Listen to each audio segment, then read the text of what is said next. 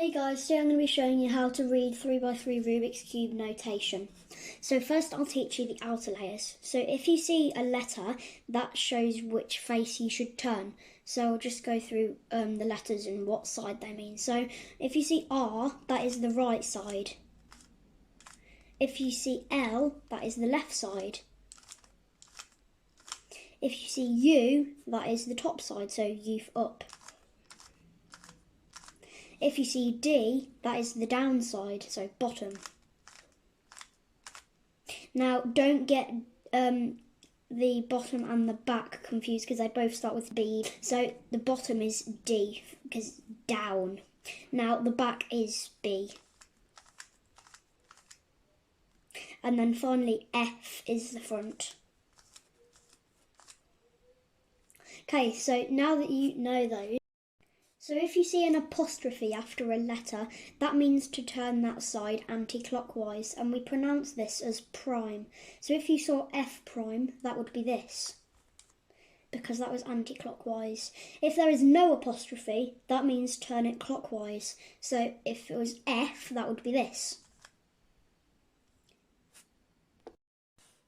If you see a number 2 after a letter, or you can sometimes have 3s, but that's not very common, that means you should turn that side twice or 3 times. So if you saw R2, that would be this.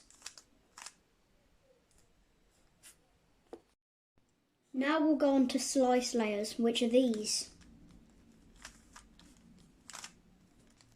So this slice that goes up and down is the M slice. When we go up, this is M prime. When we go down, this is M. The way we remember this is by every single slice, you need to see it because it runs along 2 outer layers. So for example, the M slice is running along L and R.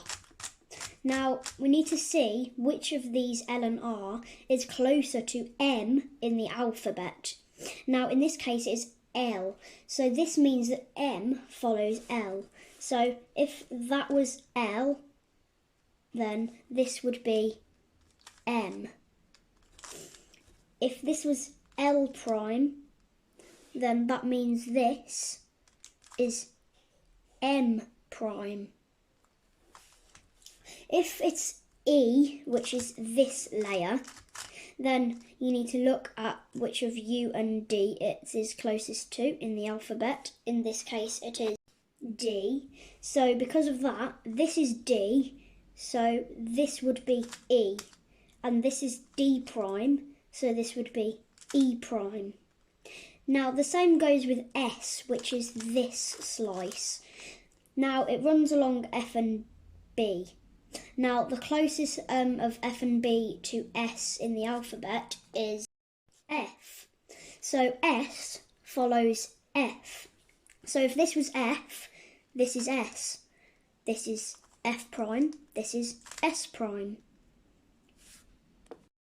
Now on to rotations, which is just turning the whole cube like this. Now, there is X, Y and Z. So X is like this. X prime is like this. Y is like this. Y prime is like this. Z is like this. And Z prime is like this.